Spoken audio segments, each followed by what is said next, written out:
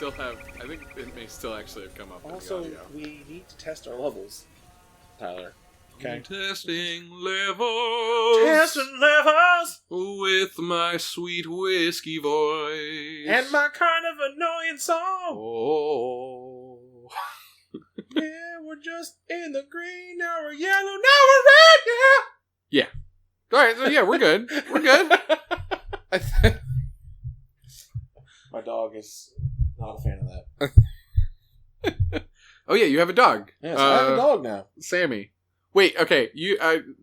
Why did you guys get a dog?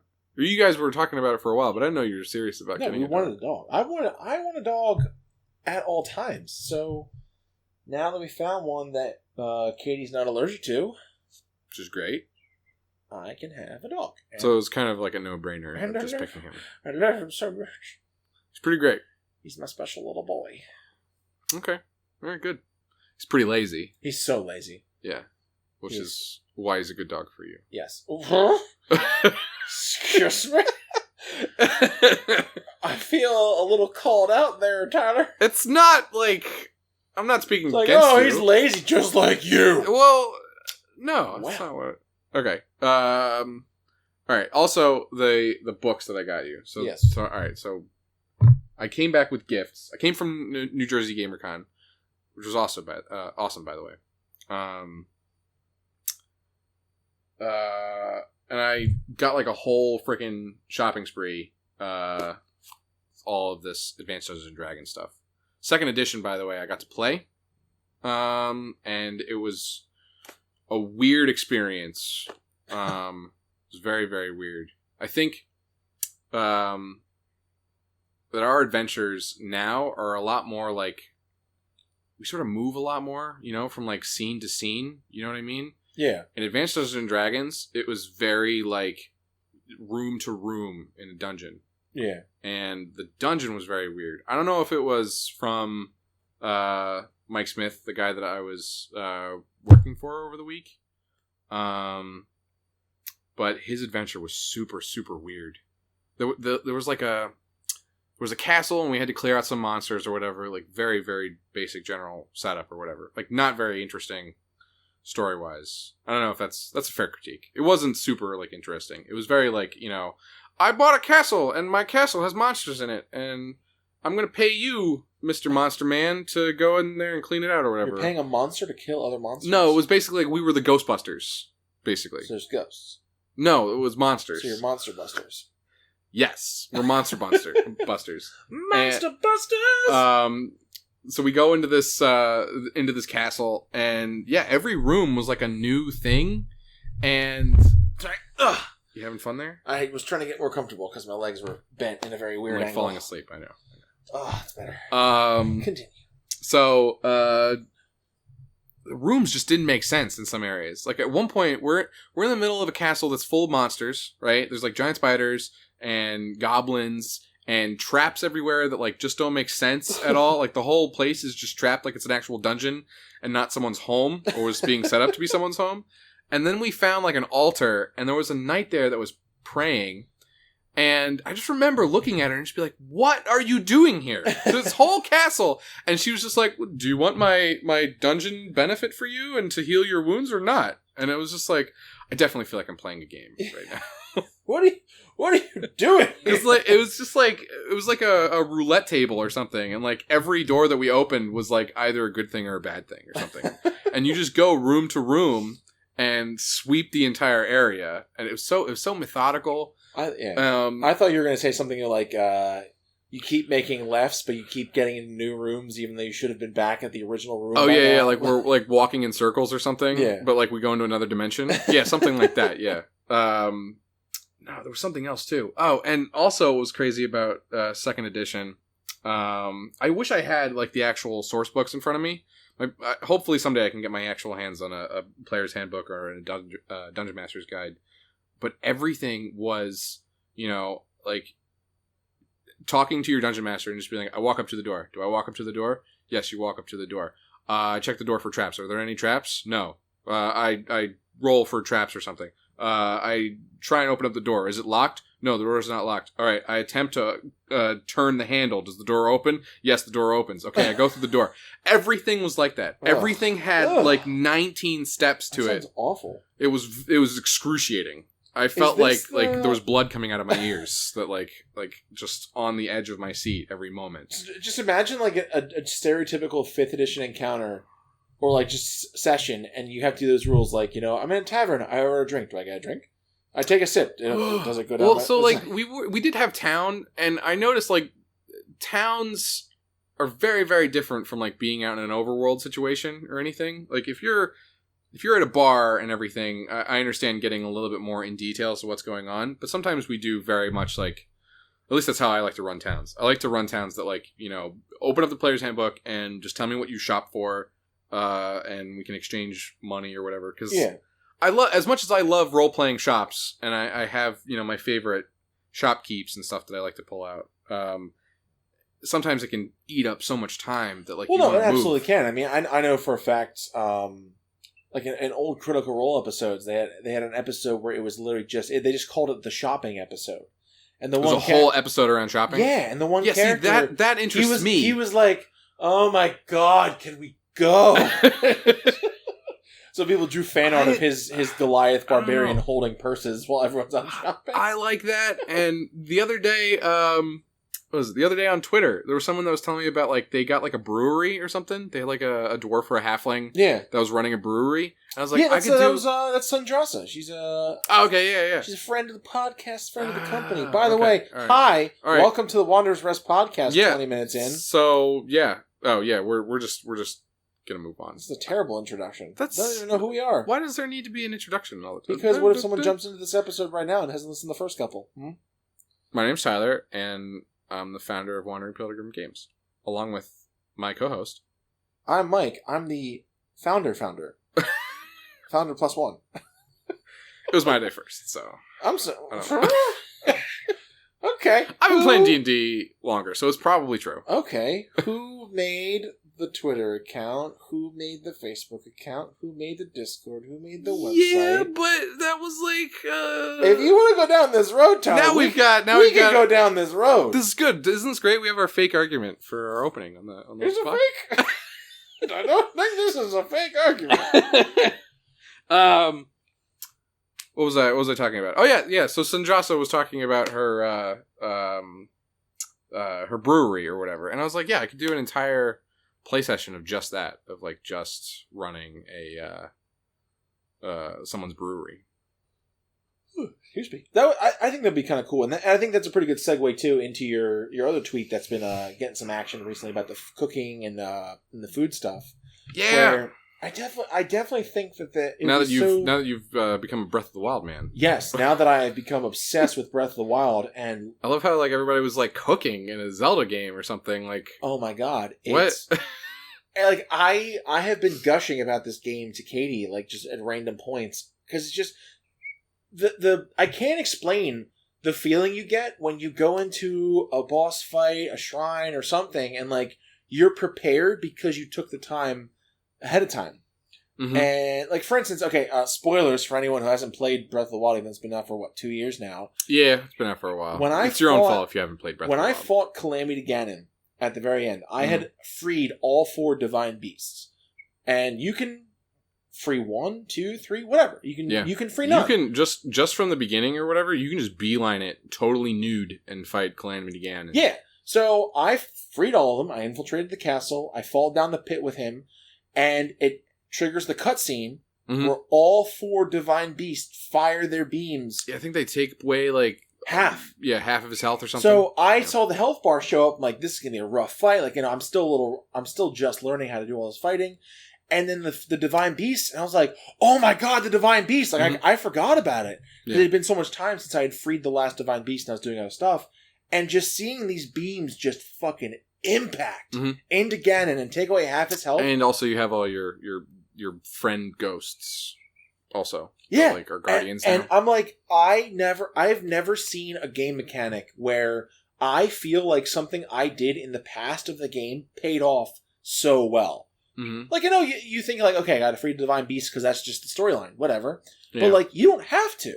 And I remember feeling that way when I was little and I was playing Ocarina of Time with my cousins, and I was showing them. I beat the Spirit Temple. I wanted to show them that, and you get a medallion at the end of the Spirit Temple. I don't know if I've mentioned this actually on the podcast before.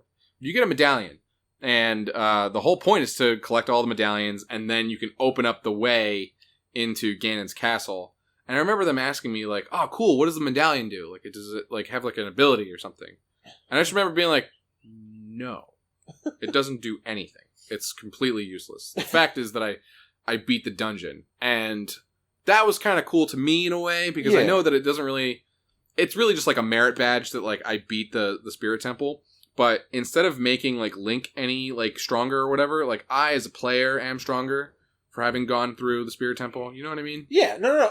So like it has its own merits. It was something similar to that too when so my experience going back to the Divine Beast again was the first Divine Beast I ever encountered was the where'd you go? I felt like it was a very like deep personal choice. I went to Gerudo City first. Yeah. Yeah. That was the same way I went too. I went to Gerudo City. It's a little bit more like advanced or whatever, but... And also, the fact that this game, you can see everywhere in the world, no matter where you are. Seeing... I remember I jumped off the tower and was paragliding down because I saw Gerudo City in the distance. Mm-hmm. And I looked over to my left, and I see that big storm cloud, and I'm like, holy shit, there's the Divine Beast. It's right there. I can see it. So I go to the city, and yeah, you can see like him like... He's like trudging around or something. He's trudging around. You can see his shadow in this big storm cloud. Yeah. So I go to Gerudo City. I get the mission. Like, and the queen at the time, I completely blanked on her name. The queen of Gerudo City. Yeah, the little girl. Yeah, I remember. I forget her name. Yeah, she is pretty badass. It's not Urbasa. Urbosa. Well, it's Urbosa is. It's like her descendant or something. Urbasa. Yeah, I love her. Urbosa. Yeah, Urbosa. I love her so much. Yeah. So my choice too. It's Urbosa's descendant. So you go through the quest line. She goes, "Okay, listen, I have the helm of thunderbolts that if you stay close to me, you won't get shocked by lightning. Mm-hmm. So you have to shoot the legs with the bomb arrows." So I did that. I went inside the beast. I did the whole puzzles, which those puzzles were. I love Zelda game puzzles. Mm-hmm. Did the whole puzzle, and I eventually unlocked Thunderblight Ganon. Got wrecked, like just destroyed. And I'm like, okay, I need to get out of here. I am not ready for this yet. Okay. So I go around the world a little more, get my health, my hearts up, because I realized, I'm like, I have to get the Master Sword. The Master Sword will help me beat these Guardians. Mm-hmm. So eventually, I realized that I'm not strong enough yet to get the Master Sword, because it was... You need like 13 hearts. Or 13 altogether. So I'm like, okay. So by this point, I had gone to Zora's Domain, and I had gone to Rito. Right? Isn't the name of the city? Or is Rito the name of the bird people? Rito City, I think is it. Yeah. The Rito. Yeah. So I had gone to Zora's Domain. I had gone with the prince. I had deactivated the elephant Divine Beast. I'd gone inside, solved the puzzle, released the demon. Those are the Zoras. Yes, the Zoras. Yeah. Okay. So I again couldn't beat him. So I'm like, all right, done. I'll eventually I'll get the Master Sword. I'll come back and I'll kill these things.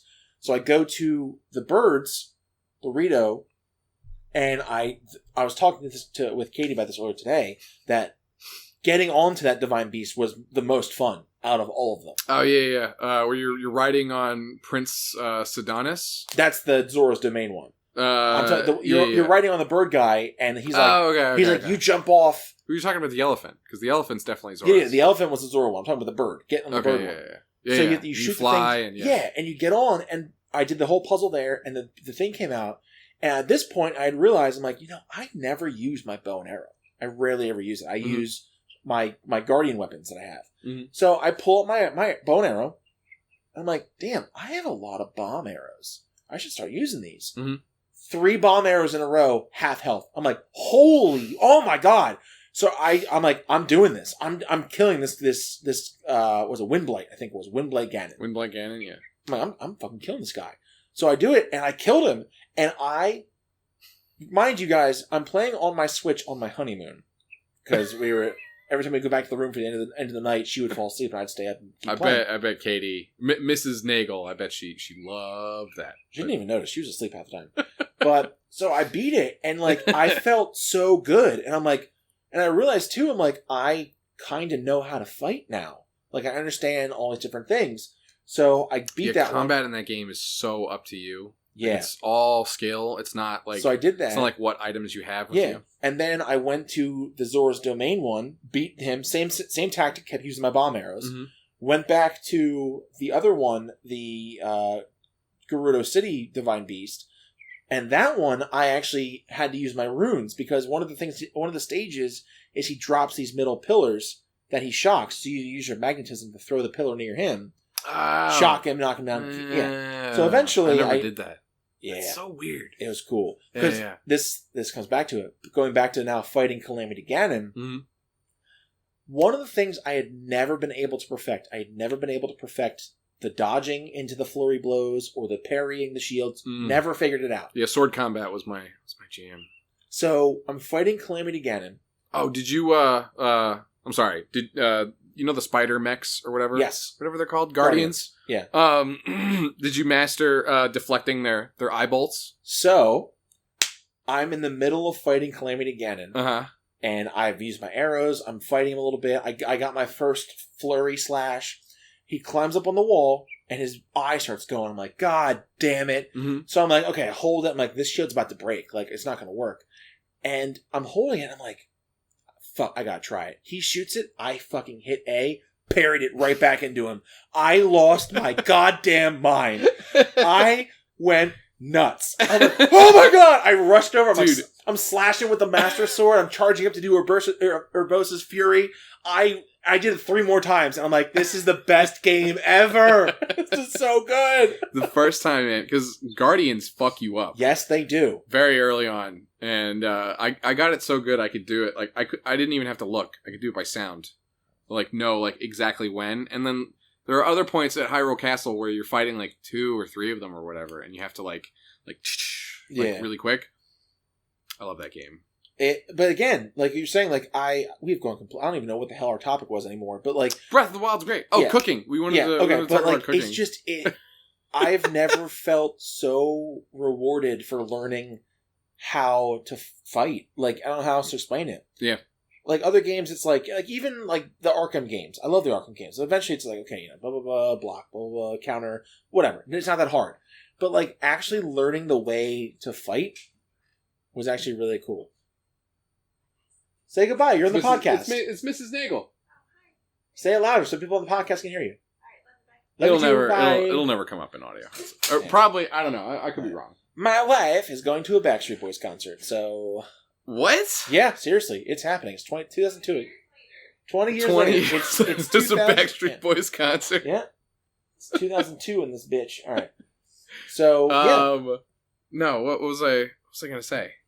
Dang it. Oh, all right. So the design philosophy, as far as I understand, for Breath of the Wild, is the same design philosophy as Mario, right? So Mario is so simple to pick up a controller, but it can get very, very advanced. Even like Mario 1, where you just have the directional pad and the A button, right? Yeah. But you can string that together in so many different ways, and Mario has continued with that philosophy that, like, you know, it's very, very simple mechanics. It's just your navigation and your jumping, and then, you know, they added in punching a little bit, and then Odyssey adds in the hat mechanic, which is so simple. You just throw your hat, but you can turn it into so many different things. There's an entire universe of, you know, things and different jumps and tricks and stuff that you can keep pulling off.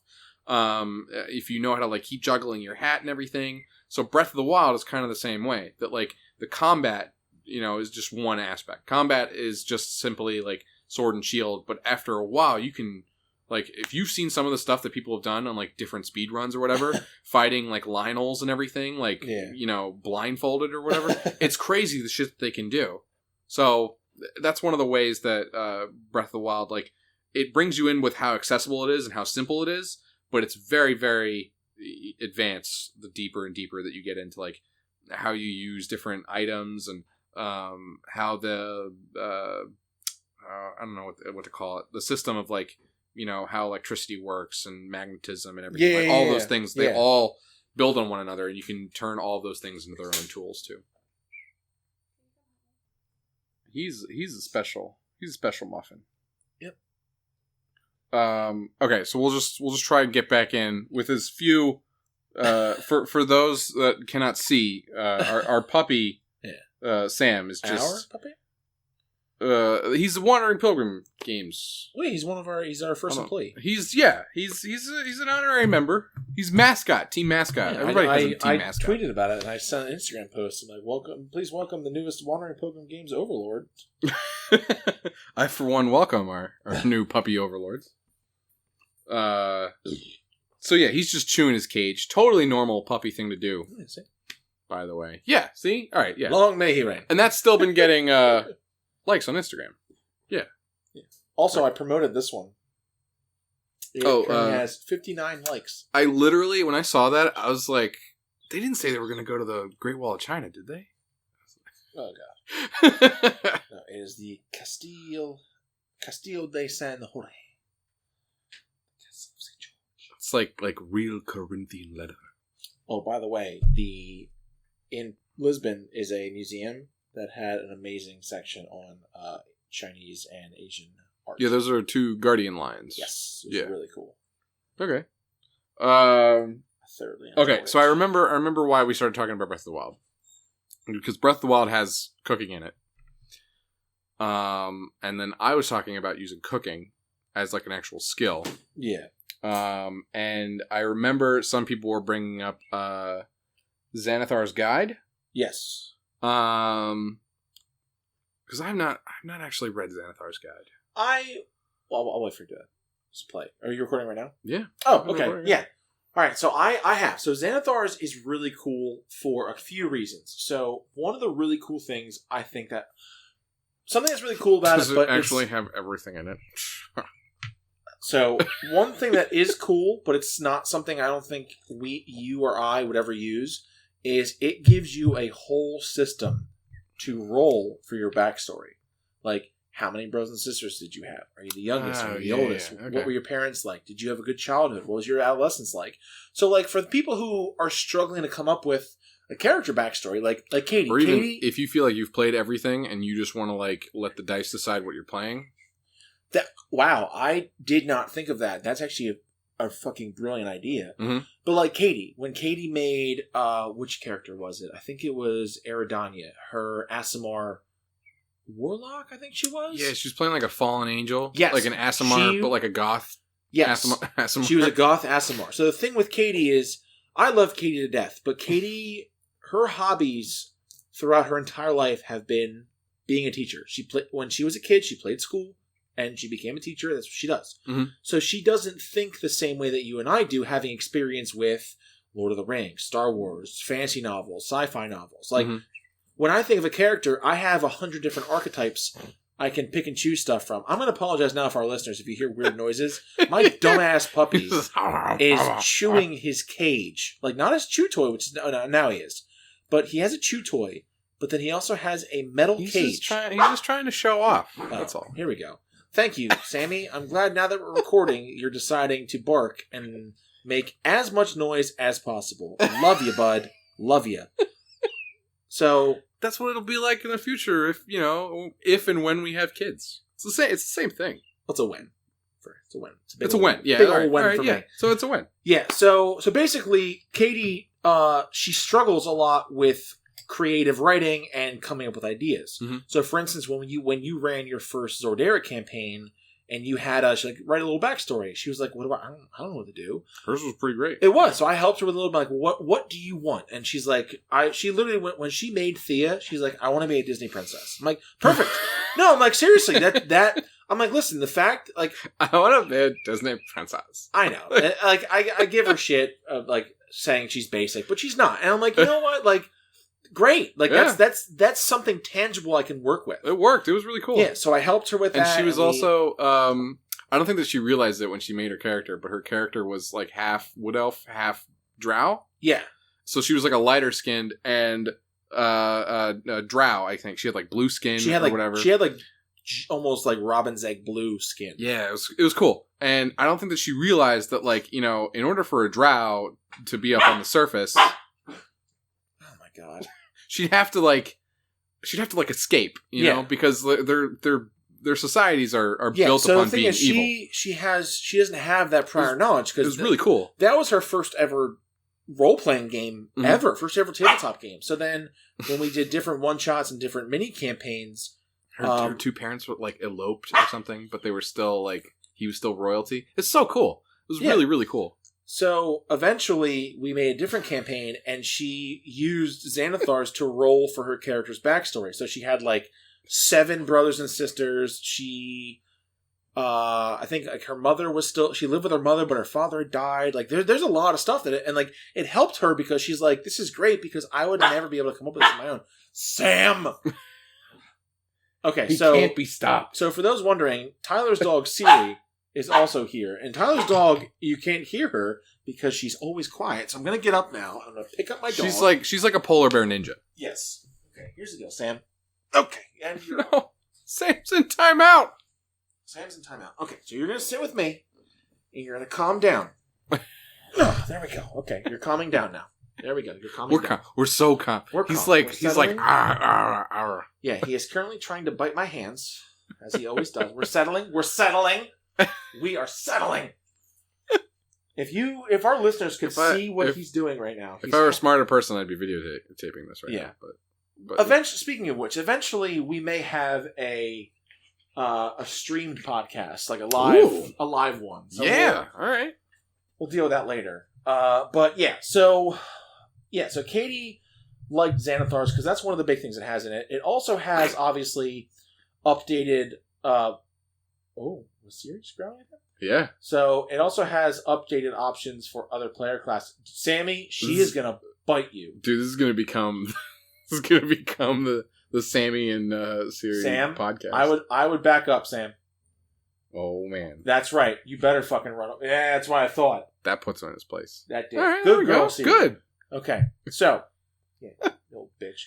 All right, so whoa. No, he does this. He tries to be all big and bad. He's 10 weeks. Do not go back over there. Okay. So I'm glad that we've been completely derailed from our podcast because of my puppy. I got you. Yeah, so it also... One of the things in there is tools, though, right? Yes, There's so it also has expanded rules for tools. It has extra subclasses for every class, as well as more in-depth stuff about tools. So the reason we're bringing this up also goes back to Tyler's tweet about cooking. Where I've never cooking actually tools, been cooking. I believe, I could go get it if you want me to, but cooking tools are in Xanathar's Guide, and it has like alchemist tools, blacksmithing tools, tinker's tools, and it gives you different... they're in the player's handbook. Blacksmith tools are a thing. Yes, no, they absolutely are. But the thing is, I know we talked about this earlier, that it sucks that a lot of times you never get to use them. Yeah. Like, I had 2 characters, Zarn and then Rain, my fighter, who were both blacksmiths. Luckily enough, I got to use them. So Zarn designed and built multiple weapons. So cool. he built Thundercrack, which was a warhammer that the head detached and became a flail. Ooh. He built Riptide, which was basically, if you've ever... Okay. Whatever it is, man, I've done a lot of my own independent research on this. Movie that Tyler refused to acknowledge exists. What? So in the updated Conan, the main bad guy has a sword that is basically, it looks like one sword, but then it detaches and becomes 2 swords. What? That's a real weapon. Okay, so I had Zarn make one of those. You ever seen there's dual swords. They're Chinese dual swords that... So no? It's exactly one sword that can become 2 separate ones, or it can spin and become like a staff that's just 2 swords handle to handle. Okay. Yeah, so it kind of reminds me of have you ever seen The Sword and the Sorcerer? I don't think so. Oh my god. There's this I've never fully seen the movie, but it's known because there's a sword in it that's literally a triple bladed sword. It's like one handle, and it has like on top of one another there's just 3 blades. Not like the way that you probably think 3 blades should go or whatever, but like vertically on top, like they're all like, if you just took 3 swords and you put them together like you were Babe Ruth, that's how it is. Oh. And also the sword blades can shoot from the sword like a gun. Normal. It's an awesome weapon. And it's like up there in like the movie pantheon of like ultimate weapons. Good. Oh, he's gonna start chewing the wires now too. Look at Siri. She's like, if you fucking come over here one more time. Okay, he's fine. All right, so tools. he's been able to do that. It's amazing. I've never actually gotten to use my blacksmith's tools. Which is cool too, but like at the same time, like I wish that if you had blacksmith tools and you could roll high, I guess if you rolled high enough, you could make a +1 or even a +2. But I feel like a lot like a mastercraft weapon or something. A lot of times, I feel like that would take like with high proficiency. I guess with Rain built standard weapons. Zarn was cool because I had a sketch pad during the game that I would sketch out weapon ideas, and like in game Zarn also had the same sketch pad. Mm-hmm. So there'd be times when like he was an artist of his craft. Yeah, so there'd be times in game when like maybe we're talking to someone or we're in a tavern and like Zarn's not participating, and I could just start sketching out weapons because that's what Zarn did. So Zarn had all these ideas for these weapons and armor. Like he tried to experiment with a shield that if you hit a button, spikes would pop out of it. Like not shoot out, but they'd like you'd have a spike shield. And like it was fun. I loved it. And like I would talk to my DM like, here's what I'm thinking. He's like, that would not work at all. And I'm like, you know what? So okay, I have a weapon idea actually that I was trying to. I don't know how it would work. I still am trying to figure it out. But have you ever seen Windmill Shuriken? No. They're like a ninja thing. They're like a fantasy ninja type thing or whatever. He's fine. I know. Sorry, I'm moving a plastic bag. So Windmill Shuriken they're like a big. It's picture like a big cross, all right? But each point of the cross is the size of a sword. Okay. Okay. And they all are either fixed or they wheel around on a center ring, right? And you have somebody, throw this giant, sword-sized windmill shuriken or whatever. Some of them they vary in size. Some of them can be about the size of like each blade is the size of a dagger or whatever. Some of them are comically huge, like a Naruto or whatever, where they're like the size of the person that's wielding them or whatever. Yeah. But I kind of wanted to take that quadruple bladed sword type idea or whatever, where someone can use it like it's a great sword, or throw it down so that each one of the blades becomes a blade in the shuriken, and then you can, wah! How cool would that be? It's interesting. It's an interesting idea. And I think I finally figured out the topic of this video, just tool proficiencies, because we can talk about the different tools that we use. That's true. I want to talk to you about. I got some goodies. Well, yeah, we'll save that towards the end because Tyler does have some updates for the stuff he's been going on. He has some pretty cool goodies as well. I have some ideas. We'll talk about that later. So another cool thing too is brewery supplies. So we had mentioned earlier that Sandrasa, a loyal listener of ours, had mentioned her character had a brewery. And another loyal listener of ours, Will, who his topic was actually episode 2, his character also had brewery supplies. So his character, it was cool because so Will is the same character who I talked about in a previous episode, who gave me the perfect backstory of perfect backstories. Like his character interacted with the world. Oh yeah, it was a cleric of Lantern Goddess. Yes, he was a cleric of the Goddess of Death, and he made an order. Sorry, I think he was a paladin, or was he a cleric? He's a Navy medic, so he plays clerics and healers in every game we've ever played. And I'm like, don't you get enough of this at work? He's like, I'm just so used to it. I like healers. That's cool. Yeah, that's fine. Yeah. So he played that character, and he also had brewing supplies as his proficiency. So like throughout the campaign, like he would just randomly start brewing alcohol, and like he had stuff on him at all times, and like. I feel like I've never stayed in a place long enough so that I could sit down and do stuff like that. Well, here's the thing. It was so cool because his organization he made up called Iona's Sacrament, they were priests, paladins, and acolytes of the Death Goddess. And just they like brewed the coolest beer just ever. like actual monks, they brewed their own beer. Okay. And I'm like, that is fucking perfect. So the thing was, he was from a town called Westermere, which is in the southern half of the continent that they were living on, and they were currently up in the northern half. And like there's this running joke. He's like, "Do you have any of this?" Like he made up a name for a brew, and he's like Iona's something. I think it was actually called Iona's Sacrament, which is also the name of the organization. Like, you guys carry this? Like, no.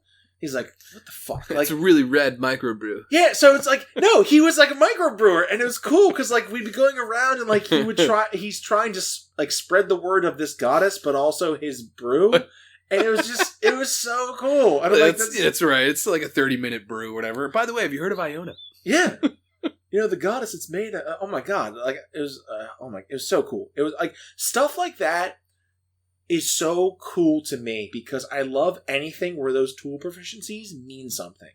Because how many characters do you have? I just like the idea of like, painting a more complete picture of the world because you're interacting it with more ways than just combat. You're not just exactly hitting stuff with a hammer or buying stuff to hit with a hammer. Exactly, because I feel like D&D specifically. I mean, there are a whole gamut of role playing games, but for D&D specifically, I feel people focus on combat too much. Like everyone's Murder like, hobos. You have to have a combat encounter every session. Yeah. No, you don't. Yeah, I know. How many times have we had sessions where we've just RP'd the entire session? Yeah. They're incredible. When I did Adventurers League, that was the same philosophy. The same philosophy is you have an encounter every match. And it honestly held things back because we were trying to RP and the DM was like, well, we got to get in our combat encounter for the night kind of thing or something. Like it's about time to start combat. And it would just queue in anyway, even though like we still successfully negotiated or whatever. Yeah. It just didn't make any sense. Yeah. And yeah, I love just doing like RP conversations, moving through town, buying things. All those things are great. All those things make you feel more at home, and they give you reasons to care about a region to defend anyway. Yeah, like for instance, let's say I don't know, to protect my brewery. Yeah, let's say you chose brewery tools, and there's a certain region that has the best wheat and hops. Mm-hmm. And someone's like, yo, these gnolls are raiding this village. They're taking the grain supplies. You're like, shit, I need that for my brewery. You go and you defend it. Like, stuff like that. Like, so there you have your combat encounter, but it means something. Yeah. I watched you're attached to the land in a different way. I watched a great video on YouTube by this guy, Runesmith, who does a lot of cool D&D videos on YouTube. Mm-hmm. And one of them, he was talking about random encounters. And he's like, random encounters should mean something. They shouldn't just be... Sounds like an oxymoron. Random encounters should mean I something. guess. So his idea the idea he gave was, have your players before sessions or after sessions write down things that could happen while they're traveling. Not necessarily combat, just things that could happen. Mm-hmm. And then for every good thing they write, have them write a bad thing. Or for every good thing, the DM writes 2 bad things. And then that way, when you roll for a random encounter, air quotes, you pull from that list. So for instance, you're not always like, you're walking down the road, 3 wolves attack. Maybe it's like, there's a guy on the side of the road whose wagon's broken. You want to help him? No? Okay. That's your encounter. Like, that guy might come back, that might come back to bite you, or maybe you help him and all of a sudden now you have a contact in the next town. Like, I was thinking about that with, so I do like random encounters, and I think that they're important, especially if people go off the beaten path. You kind of don't want to like try and, push them back in or whatever, give them like an invisible wall or whatever. You kind of want to be able to generate their stuff for them. So I definitely get the idea behind, generating stuff with random encounters and whatever. But for my one shot, Shrine of Fallen Snow, I really got into like, even just the items, like things that I were giving them, like, magical items like Lens of Truth or a Filter of Strength or anything. I tried to incorporate them into the story and to have like a place of belonging in that world as much as possible. So everything that I was giving them, like, you ever read like Jason and the Argonauts or anything? Yeah. Where it's like, like the Golden Fleece or whatever? Yeah. Everything was like that, like it was like Clash of the Titans where Perseus, like, he needs to get specifically the mirror shield and, his special sword or whatever for this specific fight. So everything was set up like, if they got it or they didn't or whatever was up to them, but it was all there for a purpose. And it felt really, really good. Breath of the Wild. You can get the Divine Beast, you cannot get the Divine Beast. You can get the Master Sword, not get the Master Sword. So I think that's a pretty good parallel with that. Yeah, I think so too. The Shrine of Fallen Snow was a lot of fun to run. It worked really well. I noticed that like, meeting new people and stuff all the time, it always takes a while before like, even just like regular D&D sessions that we would have or whatever, sometimes it takes a while to like get engaged and like get in the mode and everything. Like you have to like psych yourself up for D&D. But like Shrine of Fallen Snow was like, it was like that. I think like, another thing as well is like the whole trope of like, every one shot or like it's like you start in a tavern or like you all respond to a message which is great. But at the same time, every one-shot I run, I always start off with, you all know each other, you've worked together for the past month or few weeks, so there's no, like, awkward, like, I don't trust you. But, like, we also have to work together because we meta know that we're in a one-shot and we can't all just stand here having a pissing contest for 3 hours. So I always... Well, okay, so my thing with that, so for the second edition game that we ran, I was given a named character, and, like, I wasn't really allowed to change anything about it. Like, that was the name. I was from this thing. I was given my whole backstory and everything or whatever. Which, yeah, I know. So for my game, it has its place. It definitely has its place. If the Dungeon Master, you know, I know, like, it can get a little weird if you want people to, like, have too much control or something, you know, but, like, in other areas, it does kind of help, you know, I guess, like, it's a way for the Dungeon Master to say, like, you know, your character definitely has a place in this world, and there's definitely something about your backstory that might pay off or something. Yeah. You know what I mean? Yeah. Like, he can definitely make, you know, I don't know, the person who murdered your parents or something, like, is in the game world or something, or is part of the main quest. Going off that, so that's I a think way to I have a great example of how that works well and how it doesn't work. So works well, obviously, is my friend Will, who his character is made from the world.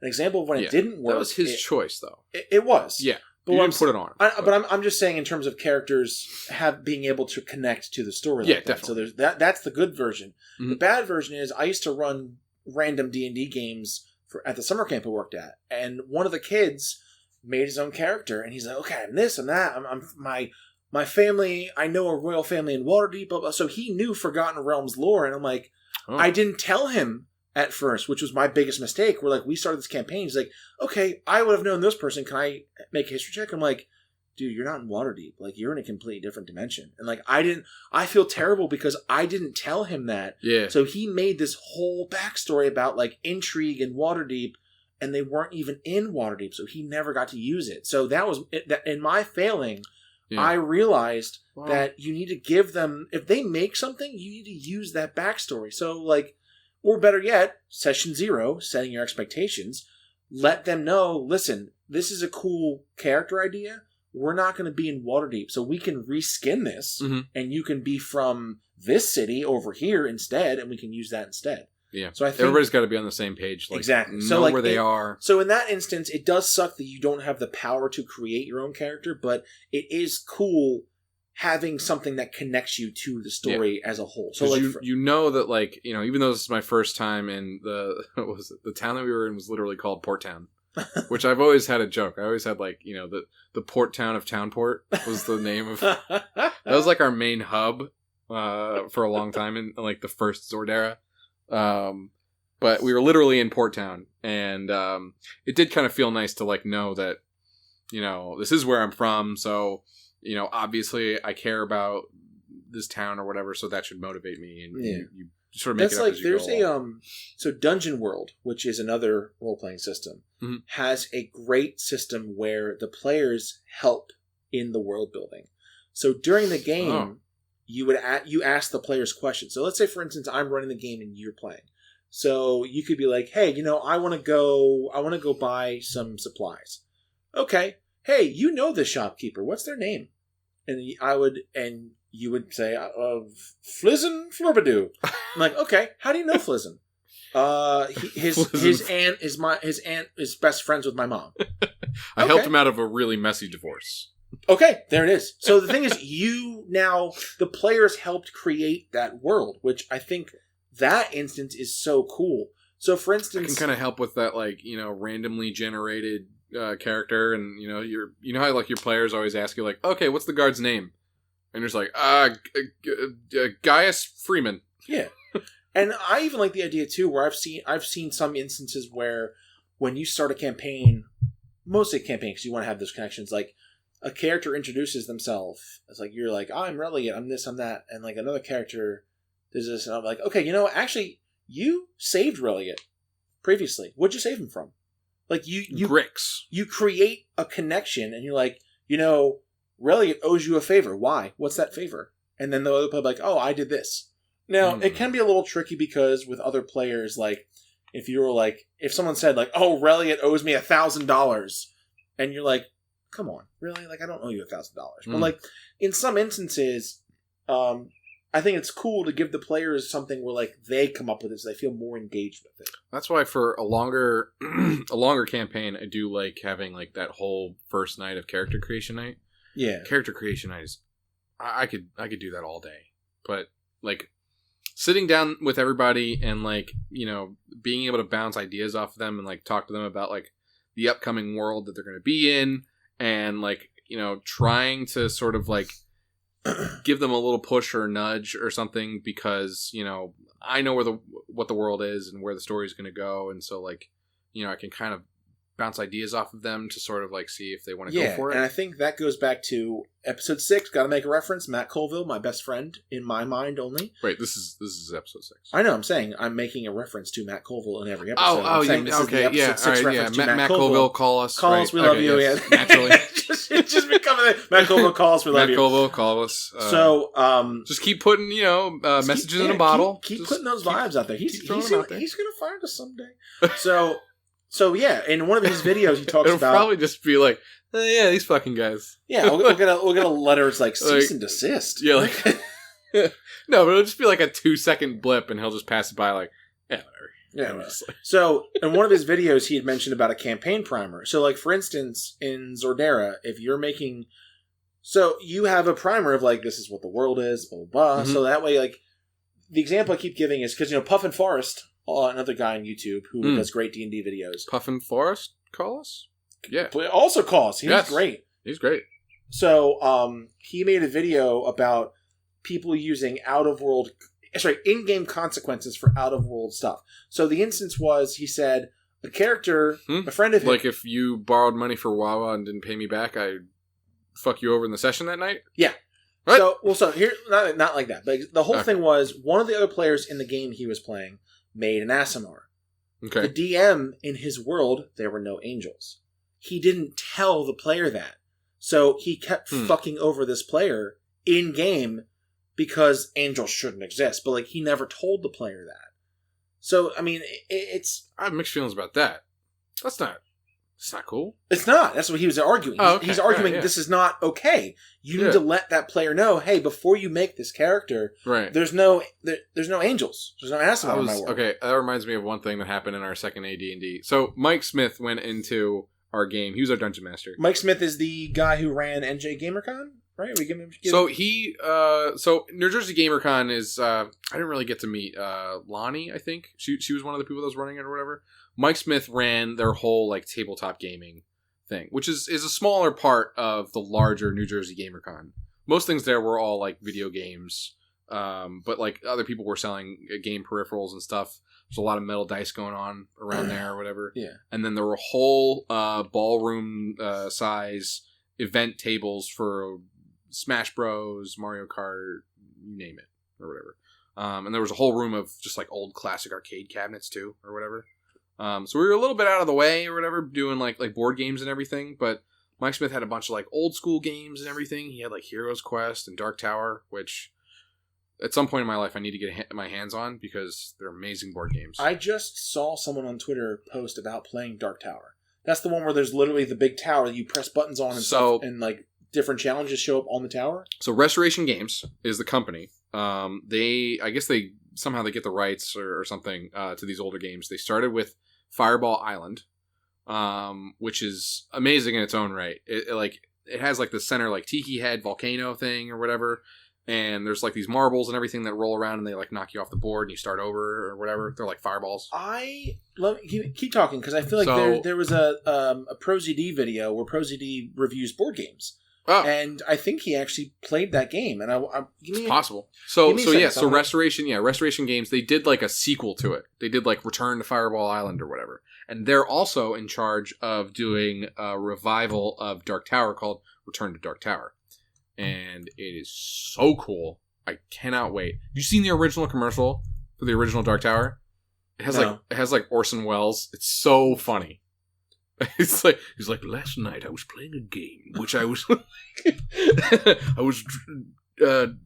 sojourning across a realm around a mysterious dark tower, and the beings that dwelled there were sending out giant monsters to like. It's so Because like Orson Welles is the guy that's just like this is a film about murder, and he's talking about he played it. talking Okay, about a yeah. children's So game. What, Orson Welles? no, I'm sorry. ProZD played Fireball Island: The Curse of Curse of Valukas or Yeah. something. Yeah. Yeah, so that's what he it's called, has yeah. a board game review of it. Okay, I knew I It's saw an amazing. that before. It's an amazing game. Fireball Island's amazing, but Dark Tower it's legendary. Dark Tower and Hero Quest are two legendary games amongst Dungeons and Dragons players, because that was at the time when like Dungeons and Dragons was becoming a thing and was getting really popular, and so there were some board game manufacturers that were making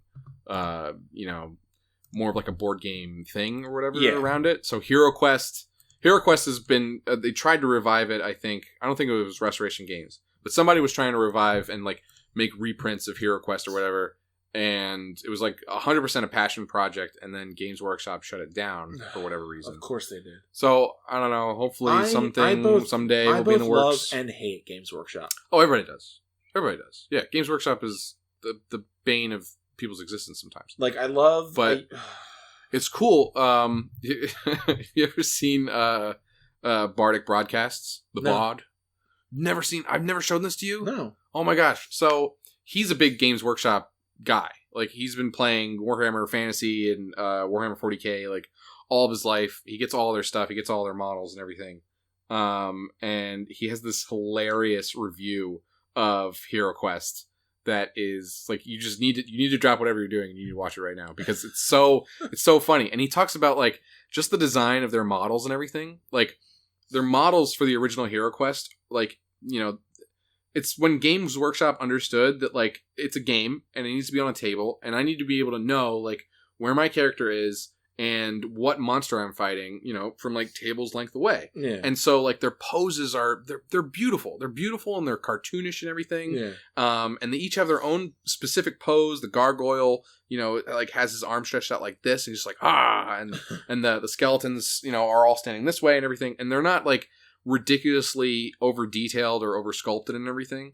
Cause like some of the models today with Games Workshop are like, they're hilariously over detailed and you can barely tell what's going on with them, but like they're beautiful works of art. Don't get me wrong, but like they're also a game piece and like you need to be able to play with them at a certain point. It's like, it's like I remember the last 40K starter kit I got was Dark Vengeance, which was the Dark Angels versus the Chaos Space Marines. Mm-hmm. And I remember painting these things and I'm looking at like they're so detailed. Yeah. And I'm like, if I want to play this game right now, I need to just slap on some paint and be which is done why, with it. you have like this giant field of gray unpainted models. Which is funny too because Warhammer 40K games, those games like that are so interesting because you can play them specifically for the tabletop game, or you can just be a painter and you can collect them to paint them. Well, I remember, I'll never forget. I was at a game shop when I was in college.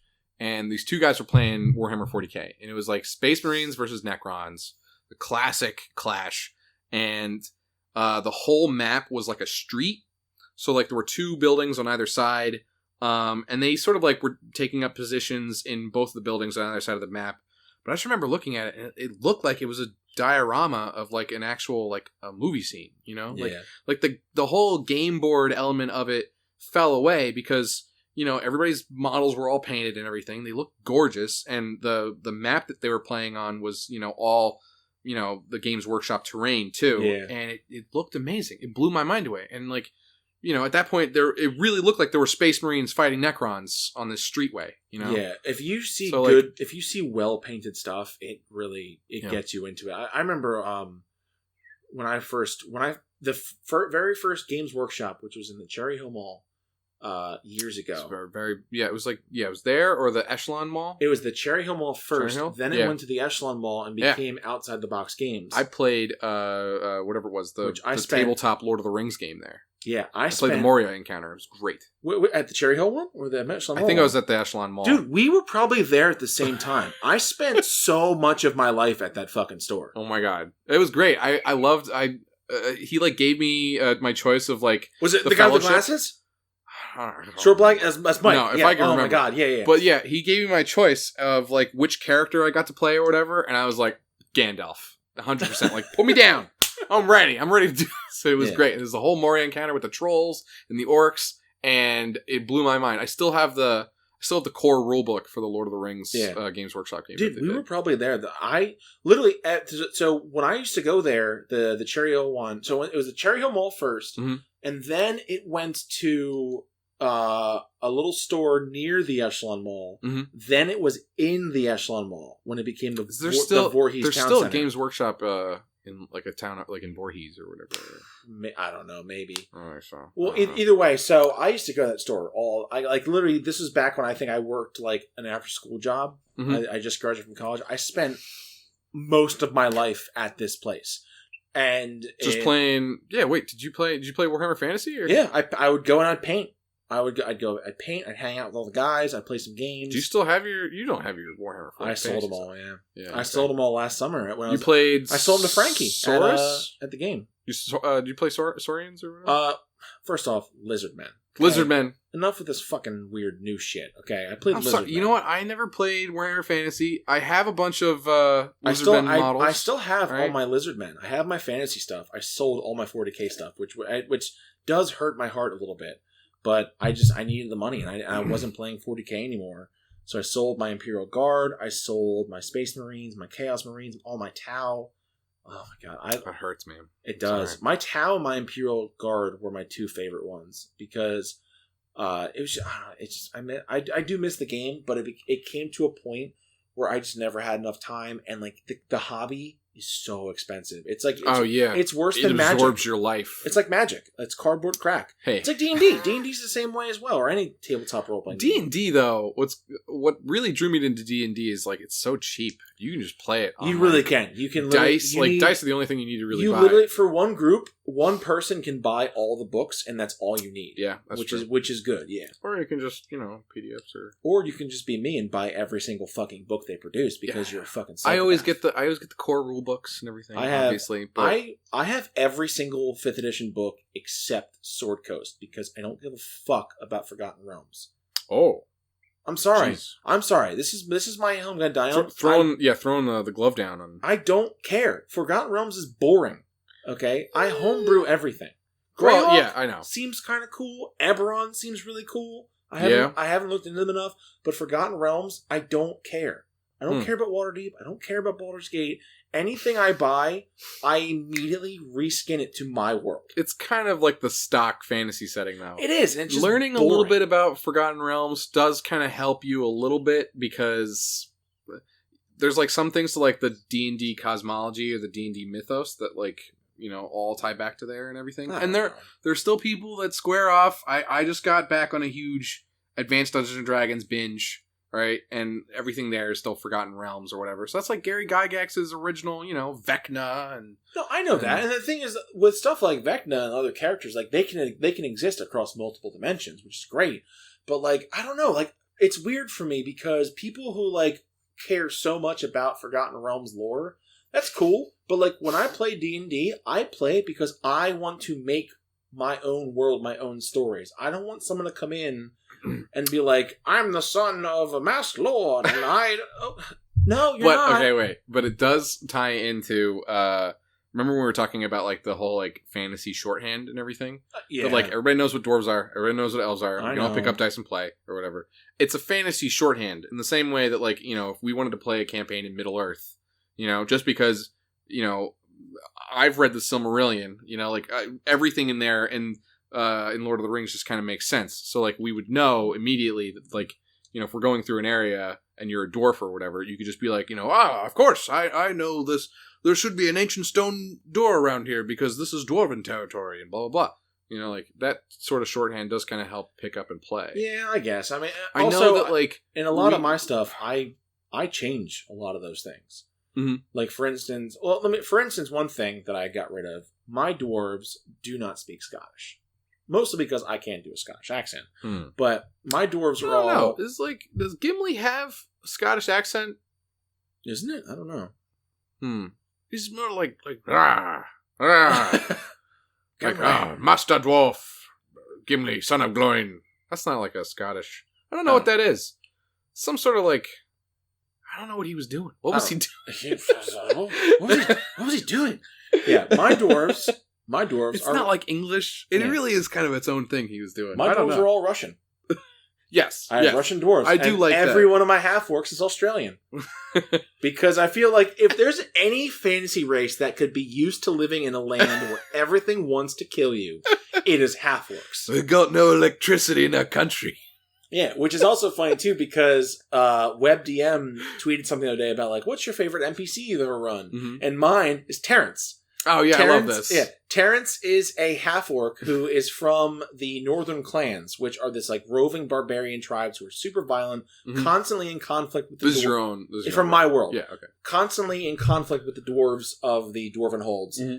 And Terrence left and moved to the continent of Arcalia, and he just wants to be a baker. He's a really good baker. So it's like Hot Pie in D&D. Yes. So basically, my players met him because he lived in Doncaster, which is the starting city that my campaign began in, which is a little shitty swamp town. And like they met him, and one of the players is a dwarf. He's like, "Orc!" And the guy's like, "What the fuck you know about it? Like, stupid. Get a heavy pie." Like it's just like he was just he had a human wife, and like he was just a really nice guy. And like you look at him, like he's this like grizzled, scarred, like battered looking fucking half orc. He just wants to make pies. See, the more and more that you describe your characters, I always like get kind of jealous. Like I wish that like we had met or our other characters had met or something. And I just like thinking of like just like, man, this pie crust is really great, and then Terrence is just like, oh no, it's the vodka and the mixing process that really works out great. I'll have to give you my recipe. Yeah, and like I also love making very quirky, eccentric characters. So Terrence will always be in any campaign I run. Terrence will show up somewhere. Another one is that became a running gag is every one shot has Becky. Becky is... Becky. Yeah, literally. No, Becky is a girl who shows up randomly and fucks something up. And someone's like, God damn it, Becky! Like, it started as a joke. Like, that was the Leches Phylactery. No, like, I ran a one-shot. It was so grody. I threw it away. I ran a one-shot about the players infiltrating this ball because there's assassins coming. Uh-huh. And one of the party planners had an assistant named Becky who kept fucking everything up. It's like, God damn it, Becky, what the fuck? And my players, that was so funny. Like in other one shots I've run, Becky shows up somehow and fucks something up. I don't know what, but it's just like it was just so stupid. And it's like because of that, Becky will always be in my campaign world. Somewhere. Like I remember reading something somewhere along with Jarek. Jarek is in every campaign. Oh wait, Jarek's in every campaign. Jarek exists somewhere in every campaign. That's pretty awesome. In my homebrew world, he is a paladin of the Sun Dragon. And he's a high up member of this guard organization that's like the paladins of the country. The players never got a chance to interact with them because they were on a different continent, but they could have. And he's very because the funny thing is that NPC Jarek was the Jarek that showed up when we ran the Tarask one shot. Oh yeah. Paladin, the grizzled paladin. Yeah. Okay, yeah. Jarek, and we started merging multiverse characters and everything. It was really cool. I like that part of me wants to write for that. I kind of want to write for that like super high level D&D kind of stuff, like that like end game kind of, interacting with the multiverse or just beginning like on the cusp of the multiverse, like sort of standing on the shore of the cosmic ocean of D&D. Which is funny because I feel like the more I thought about this, I forget who it was. Someone tweeted this the other day about like what I think it was Bob Worldbuilder, who is a pretty cool guy on Twitter / YouTube. Check him out. He tweeted something about what tier do you feel most comfortable designing? Tier 1 being level 1 to 5, and then 6 to 10, so on. I want to explore the multiverse. I feel like you are so good at like level 17 and above. And like my sweet spot I think is like 6 to 10. Like I love that. It's not like I do still love that like, that really early like level 1 is so much fun to play. It really is because, you trip on your sword and die kind of thing or whatever, or like so get hit by a monster and die. Fun, yeah. I know. I just like love... when Relia got shot. I'm sorry. What? All right, this podcast has devolved into us just sharing our stories, but we have a lot to catch up. One campaign, Tyler played his wizard Relia, and we were level 1. I think you had about 8 hit points probably. and he got shot with a heavy crossbow. Oh yeah. And like got knocked down to 1 hit point. And then Halt time. So we finished the encounter, and all the other characters were like, man, I'm a little hurt, and like he's miming Reliant with an arrow in his chest, like like almost dead. I'm like, oh god, Reliant's gonna die. I'll be fine. Halt time. Halt time. Wait, okay. He's taking the Sammy's tangled in the wires. I like how he's like, nope, you know what? I'm tangling these wires. I'll just lay back down. So my dog is laying on the couch behind me, and he got up, and cords were around him. Instead of him freaking out and trying to get out from the cords, he's like, I'm just going to lay back down. It'll solve itself, probably. Yeah. Oh man, puppy versus big white he poodle just showdown. So Siri is on one end of the couch and Sammy was on the other, and Sammy just moved a little bit and Siri gave him a fucking stare down that he literally just laid down where he was, and he's not moving. Yeah, she has very intense eyes. She man. does. She just like looks you down. She squared up on him earlier. Yeah. Like my dog, so Sammy was barking at Siri, and Siri literally just walked up and got in his face. And well, you gotta think that like Sammy right now. I know he's just a puppy, but he's kind of like he's got that like only child kind of thing or whatever. Siri is just like, come at me, man. I've got 8 other siblings I contend with every day. All right, just bring it on. Nothing you can do. Siri kept walking into the open area of my living room, like, welcome to the Thunderdome, bitch. And Sammy's like, ah! Like he didn't go out to see it. And we took him outside. I'm like, all right, Sammy, you want to be a big boy? It's like liquid. I'm like, let's go outside. So we walked outside. Siri's in my yard, like posing, like flexing. And Sammy like walks out and just collapses on the ground. He's like, no, I don't want to do anything. I'm like, you little pansy. I kind of want to write a character in homage to Siri in my campaign world. In like far north Mythalgris, like, you know, just some white polar bear beast or something that just stares you down, man. Just looks in your soul. I actually at the risk of crying again today, because we were talking about all the dogs we had put down earlier at my mom's house, because that's a normal topic. Oh. So one of the dogs, Moose, was my dog when I was a couple years ago. Probably one of the dogs I was closest with. And when he died, we had to put him down. And this is when I first started getting into D&D. There's an NPC in my world named Mooze, Mooze. And Moose. And Moose is a barbarian who leads a roving barbarian tribe. So my dog Moose was a St. Bernard, so he had the white, brown, and black fur. Mm-hmm. So Moose has a cloak of bear pelt that has those colors. So Moose is basically Moose in human form, and he's this like wild barbarian who's like not really dumb. He's just a simple dude. He's a barbarian. That's what he does. So, but like, he's very loyal. He's very protective, and so like it was funny because leading that simple life. Yeah. So this is going to sound really weird and kind of sad, but after he died, I was playing D&D with the kids in summer camp, and some of the kids knew about my dog, and like I was close enough with some of the older kids that like I told them that he'd passed away. And one of the other CITs, which is a counselor in training, she would sit and watch our D&D games because her and I knew her since she was in like 2nd grade, so we were pretty close. So we're playing a game, and for once I got to play a character, and someone's like, "I make a character." I'm like, "Okay," so I made the character. What's his name? I'm like, "Oh, Moose." And she knew about Moose, and like she very slowly just kind of like patted me. She just patted me on the shoulder, and I was like, "Oh God, she knows." She very clearly knew why that character existed, and I'm like, "Oh my God!" Like that. It's pretty sweet, man. Yeah, it was. It helped me work through some shit because I was not okay after that. D&D as therapy. D&D as a coping mechanism. See, look at he's just trying to make friends. That's all he's trying to do. Okay, if you hear and Siri's literally turning away. If you eventually hear a loud barking and whimpering, it's because Siri's about to bite my puppy because he will not leave her alone. She's giving him the cold shoulder, man. She is. She doesn't care about shit. This has become us commenting on our dog's behavior.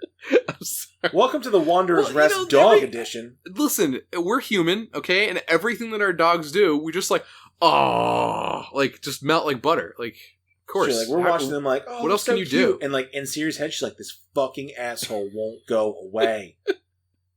Meanwhile, my dog's like, "Hello, do you want to play?"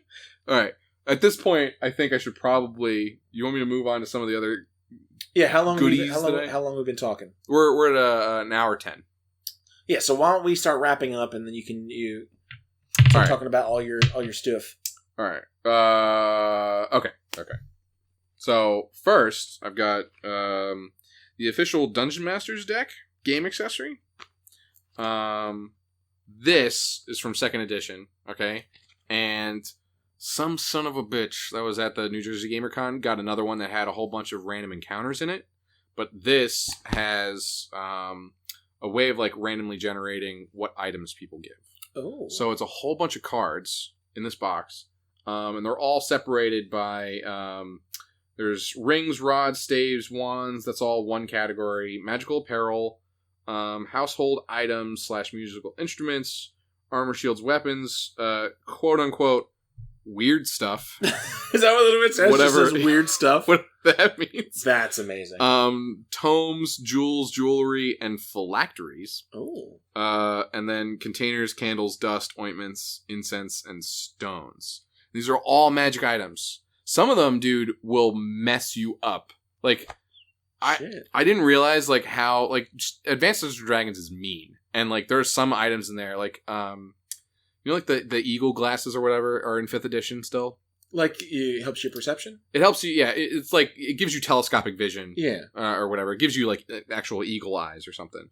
That still exists in 5th edition. And, like, it's just 100% is, like, cool and an awesome item or whatever. In this box, if you, like, wear it wrong or you break it and still try and wear it or something, it can permanently damage your eyes.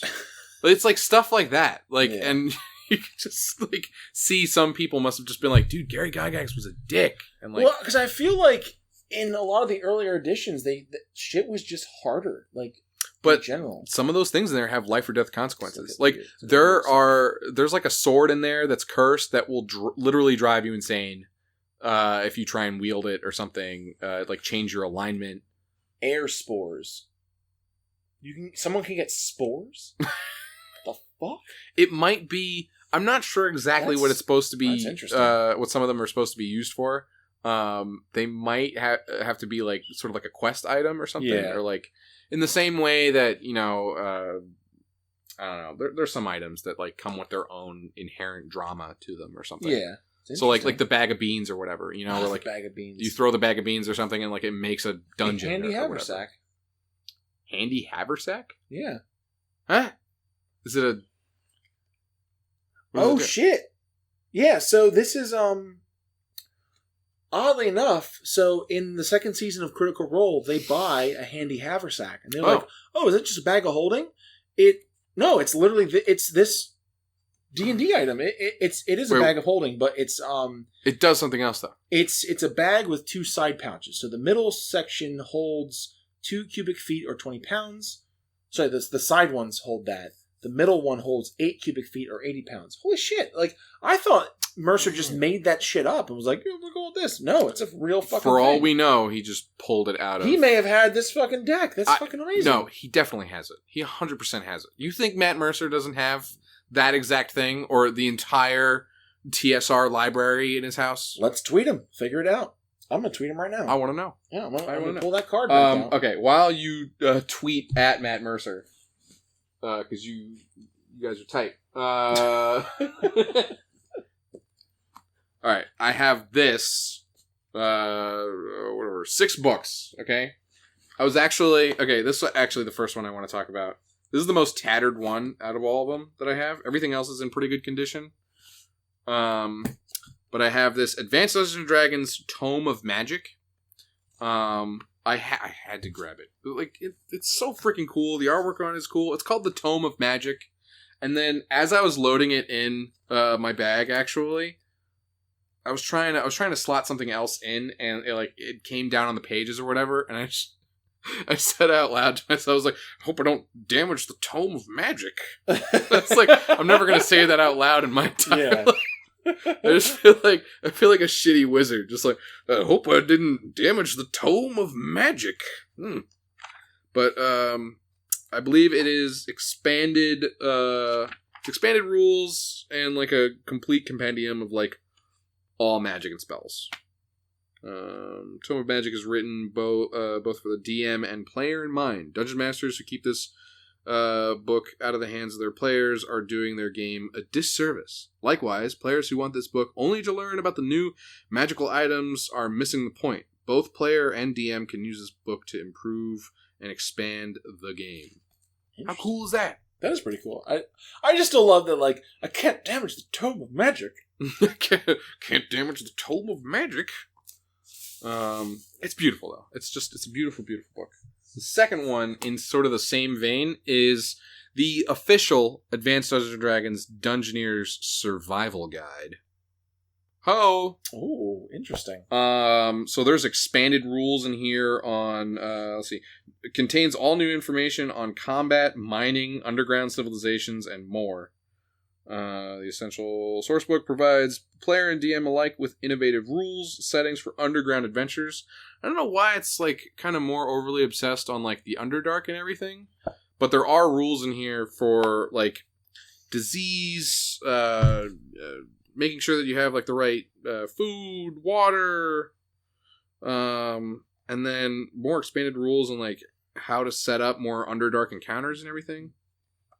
It's crazy the amount of shit. Yeah, I feel like the Underdark was pretty big in earlier editions, whereas like it's not. I don't want to say it's not as big, but like I don't feel like people use the Underdark that much in 5th. Well, outside of like Out of the Abyss. Well, also, I mean, like I know that the game has become more and more like a game or whatever. Advanced Dungeons and Dragons here, like it has information in this book on like how underground caves form. It's like how like, you know, water erosion will take out like an area and everything, so that like, well, that's like how the first few editions geography, when they gave you info on towns, they gave you info on how much money everyone had and where it was kept, because as the rogue you would practice stealing from people, right, knowing like, you know, where somebody keeps their safe and stuff. Like whereas that. now like when you get something, you get like who the important people are and what quests they can give you, but that's really not it. Mm-hmm.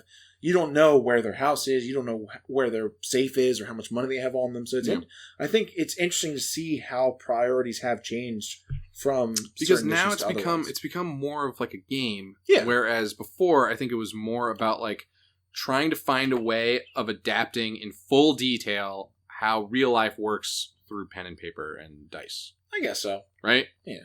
And that's why, man, still some people swear by Advanced Dungeons and Dragons. I got the Complete Book of Dwarves. Ooh. This one I gotta give as a gift to my buddy who, oddly enough, plays dwarves in Warhammer Fantasy. Oh. So, you know, he loves dwarves. But it's everything on, like, I think it's down to, like, clans. I want to try and find, like, just the introduction to the book or whatever. Oh, wait. Table of contents. So different types of dwarf subraces are all located here. How to create the daily life of a dwarf. And then I think it also has stuff on dwarf kits, dwarf strongholds, designing dwarf campaigns. Ooh. Complete Book of Dwarves. Oh, this I just kept from, this is a 3.5 template for Magical Darkness. Oh, that is pretty cool, actually. So, I mean, I wanted to hold on to that just because it's Magical Darkness. The Complete Gladiator's Handbook for Dark Sun. Ooh. So this has like how to design entire like amphitheaters and everything for holding gladiator tournaments. That is interesting. Right? It's like cool. Everything you could ever want to know about like actual, and I mean just the art. Just But that's funny too, because could you imagine, like, I feel like no one running 5th edition, I shouldn't say no one, most people running 5th edition would never think about a full book about just arenas. Right. Like, and not just like a game, like it's about like, this is like actual information on like how these places were actually run. Yeah. You know what I mean? Like because I feel you could have a whole campaign of just that gladiator arena. That's what like I want to do. Like the movie Gladiator. Like imagine like just a campaign that's just you fighting and making your way up through the. Yeah, absolutely. That's my whole. That's like where I want to start. Zordera is that gladiator ring in Dust Set. Right there is like trying to survive your every day of combat. What's up? No, he's just making weird faces. Okay, wait, 2 more. What do we got? The Complete Book of Humanoids. Interesting. So creating humanoid characters. Is that humanoids like humans or humanoids like? Humanoid races. So everything. So Aarakocra are in here. Oh. Beastmen, bugbears, centaurs, Fremlins. How are you going to call a centaur humanoid? It's mostly horse. Well, it's got some discernible anatomy, I guess. Yeah, horse dick. I think there's also. And we've lost.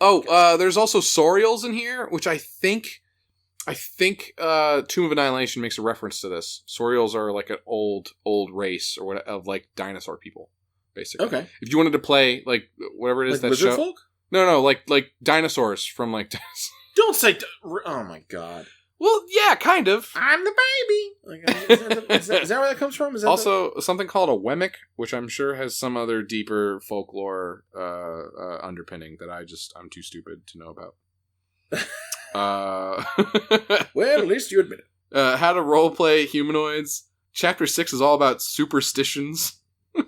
There's weird things that like they found as like details and everything. It's so funny because it's such minute details that I feel like the average person would not care about, but like I love that. Yeah, now everything's stripped away, and I think that's why Advanced Dungeons and Dragons is coming back, because people are hungry for detail like this. Yeah. You know, I've tried not reading these or whatever. It's been very difficult not to crack these open until I showed them to you. But, last one is the Complete Fighter's Handbook. So there's a whole book. Would love to read that one. Yeah, I'll definitely lend you these. Can we stop recording so I can start reading these books, because I want all of them. What's in the complete Warhammer? Dude, there's a whole thing on weaponsmithing. That's what we were just talking about outside while our dogs were peeing. On armor, time to craft armor, cost to craft armor, chance of failure to craft armor. When we took both of our dogs out to go pee, we were literally talking about we're like, man, I wish I was a blacksmith in D&D. Oh, fucking beautiful. Oh my gosh. A whole warrior kit around Amazons, barbarians, beast riders, berserkers, cavaliers, gladiators, myrmidons, noble warriors, peasant heroes, pirates and outlaws, samurais. Dude! Holy crap! That's pretty badass. And then all the expanded combat rules on... The combat rules on this table of contents takes up like a page and a half. Like a whole page on just combat rules. On wrestling specialization, martial arts results, description of maneuvers, specializing in martial arts, more than one style, continuing specialization, the complete martial artist. Jesus Christ. Disarm, grab, hold attack, right, parry, so pin, Advanced pull. Dungeons and Dragons. I'm sold. Right? This is pretty fucking cool. I know, like, I'm not great at selling it, only because my experience was a little harrowing, I should say. And it was very, like, I walk up to the door. Do I walk up to the door? I check it for traps. Are there any traps? Yeah. I try to open it. Is it locked? Is it not locked? All right, I turn the handle. Do I turn the handle? Do I open up the door? Okay, like, but, I mean, I think it still works. You can definitely take bits and pieces from that and use it in other games or even other. So again, I do want to make this known. I feel like we focus a lot on Dungeons and Dragons on our podcast and in most of our products, but I would love to hear about other games where people think that this stuff. It's just because Dungeons and Dragons has like the lion's share of everything, you know. And I remember talking to some guy at PAX Unplugged. So sorry, I forget the name of their company, which is terrible. Wow. I know. But I was playing one of their supplements, and their supplements are great. They're old school guys, you know, like AD&D type players and everything that have been playing their entire lives. And they were talking about how like everything is really just Dungeons and Dragons or Pathfinder, and like that's it. And it's very difficult to exist in a world, you know, without them. You know, it's very hard to like imagine a world without them. Yeah. And I think, and the last thing that I wanted to talk about, only because I was really excited about this idea, was I love the Deck of Many. Totally not affiliated with Deck of Many in any way, but I got their animated Deck of Many Things. Totally forgot that I had backed this actually, and then it came out of nowhere. All right, Tyler, I'm gonna let you continue talking. I'm gonna take my dog out to pee real quick. Does he have to pee? I think he has to pee. He's being weird. All right, we'll just pause right here. No, tell the viewers. I'm just gonna talk to a thing. Yeah, To him. All right, fine. This is happening. It's happening. We're doing it live. Well, we're doing it. You'll whenever you hear this is just a recording. I feel weird talking here without mic. Okay. Anyway. Yeah. So, Deck of Many Things. One of my favorite items in Dungeons and Dragons. It is so much fun. If you introduce it, I think people are really scared of the Deck of Many Things because it immediately derails your campaign. If you have some sort of like pre-written or personally written campaign or something, or if you're just, feeling like a crazy madman, and you want to add in an item, a magical item into your campaign just to spice things up, I highly do not recommend the Deck of Many Things. But I was thinking that because of its chaotic nature of designing an entire adventure around the idea of the Deck of Many Things, I love that it's like, a tarot card kind of like, going into like a seer or a soothsayer's room with a crystal ball and their tarot cards or whatever, and them handing you a specific Deck of Many Things for the campaign, a cursed Deck of Many Things that sort of brings you into a pocket dimension called Camaros. And Camaros is a really exciting idea. I've been chasing after this particular D&D experience for a while, only because like I've been dungeon mastering for a really long time, and I feel like it's a very, very daunting idea for people to do. Everybody thinks that like, the only way for you to become a dungeon master is by being a veteran, and I strongly disagree with that idea. I feel like, even if it's your first time ever even hearing about doing like a pen and paper RPG or something, you should be able to start by dungeon mastering. I think Mike's back. Mike, save me from myself. I'm rambling. I don't have anyone to talk to or hold a conversation with. Okay, I'm back. My dog. All right. So I'm talking about Many Fates. All right, the campaign idea that I want to do. All right. So I'm going to try and not rehash it because I've already tried talking about it a little bit. So I've been searching for a long time for that like experience of introducing new players in order into dungeon mastering or whatever, because I know Sammy, That's my dog eating a plastic bag. So I strongly believe that even if it's your first time being able to play, or if you've never dungeon mastered before, that it's possible for anybody to dungeon master. All right, it's like Ratatouille. All right, anyone can cook. Ratatouille. All right, it's like Ratatouille. All right, anybody can cook. Anyone can dungeon master. All right, I strongly believe that, and I even think that like some people, even if they're just being introduced to the game for the first time, they should be able to dungeon master. So one of the things in order to do that, in order to like kind of encourage people to play, the original campaign was like every week, every play session or whatever, we would switch to a new dungeon master. And that would sort of like, everybody would improv or whatever that night or something, or come with something that they had written. And we would do like a series of one shots, but I had like a persistent world. Yeah. And I had it called Camaros. And it was it had mixed results because some people now, they dungeon master all the time. Yeah. The campaign itself didn't fully work as this whole thing or whatever. I ended up dungeon mastering full time only because people didn't really feel like they had the resources to write and everything. You know what I mean? Yeah. So I think that if they had the right tools and the materials on hand, which is what I kind of want to do with Many Fates, that they would have been able to dungeon master quite comfortably. Yeah. And the whole idea is that it's like kind of random and kind of a self-generated campaign, but it's still its own campaign. Yeah. And it'll all be designed around a cursed deck of many things that I want to do for it, where at the beginning of each session you draw a new card from the deck of many things. Yeah. And that sort of like dominates your play session for that. And then the whole campaign has a ticking clock because once you draw a card from here, disappears from existence, and you're going through every card. So what was about 30 cards in the deck of It's like 22. 22? Yeah. So you're only playing for 22 sessions then. Right. And then everything, it's like Majora's Mask or something, you know? Where, like, you know, at the end of the that... moon crashes into the world. Well, you know, the world of Camaros is a pocket dimension similar to Ravenloft, right? Okay. It's a pocket dimension. It's ruled over by this deck of many things. And everything is sort of governed by it. So, like, how you can appease the capricious gods of this tiny deck of many things or whatever decides, like, how the world works, and then the whole thing is that this entire world gets destroyed and it resets with the next group of adventurers that get lured into this deck of many things. Huh. That's why it's Many Fates. Interesting. Sounds cool, right? Yeah. So, like, you know, the entire design idea behind it is that you're always changing to a new dungeon master. A new player has to run the game.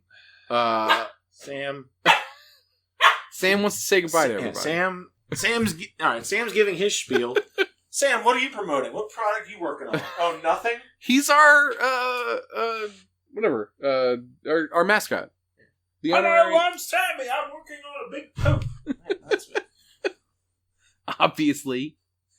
So yeah, that's why I got really excited about it, because I sort of wanted to invite anybody in to become a dungeon master or to feel like they can dungeon master competently. Because I do feel like a lot of newer players are... It helps to spread the game. I don't want to say overwhelmed, but like I feel like people think they're not ready to be a dungeon master. Because I feel like with the influx of really good quality D&D games happening, a lot of people I feel like... Oh yeah, people are like, you know, I'm no Matt Mercer, and so which I shouldn't even try. He has talked about this so many times, and like, no, for as many people who love him and like listen to everything he says, when he tells people like, you don't have to be me, be your own DM, they don't like, what?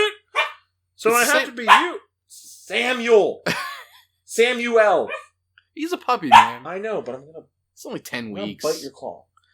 It's the same idea as, like, you know, looking at, like, Michelangelo and just being like, you know, why would I paint? You know, like, Sistine Chapel's been made, like, you know, Leonardo did the Mona Lisa or whatever. Like, everything that's ever been painted has been painted. You know, like, it's all downhill if I pick up a brush, okay? Yeah. Which is just, you know, the more people that I can empower to feel like they can get up and Dungeon Master, I feel like my work is done. Being able to like tell everybody like, you too can do this also. Yeah. And the world is made better by you doing it. That helps everybody. Yeah, I think so. So I think this is a good place to wrap up. Yeah, I think so. As our dogs are about to fight each other, I think. I don't know. Come on into the Thunderdome. Yeah. Is she about to square up on him again? So a lot of good things to look forward to with Wandering Pilgrim. Many Fates. I didn't get too much into... Well, we got a little bit into Shrine of Fallen Snow. Yeah, a little bit. New Blood is also coming together, too. Yeah, so I know Tyler has an adventure for Volume 1. Shrine of Fallen Snow. And I have my adventure for Volume 2, Thicker Than Water. And then also, there's a couple other products coming out. I don't want to mention them just yet, because I think they're still in the development phase, so I'm leaving them there. Steel Horizons, as always. I'm still working on it. I have not forgotten about it. As you can hear, Sammy is very excited about Steel Horizons with his very happy barks.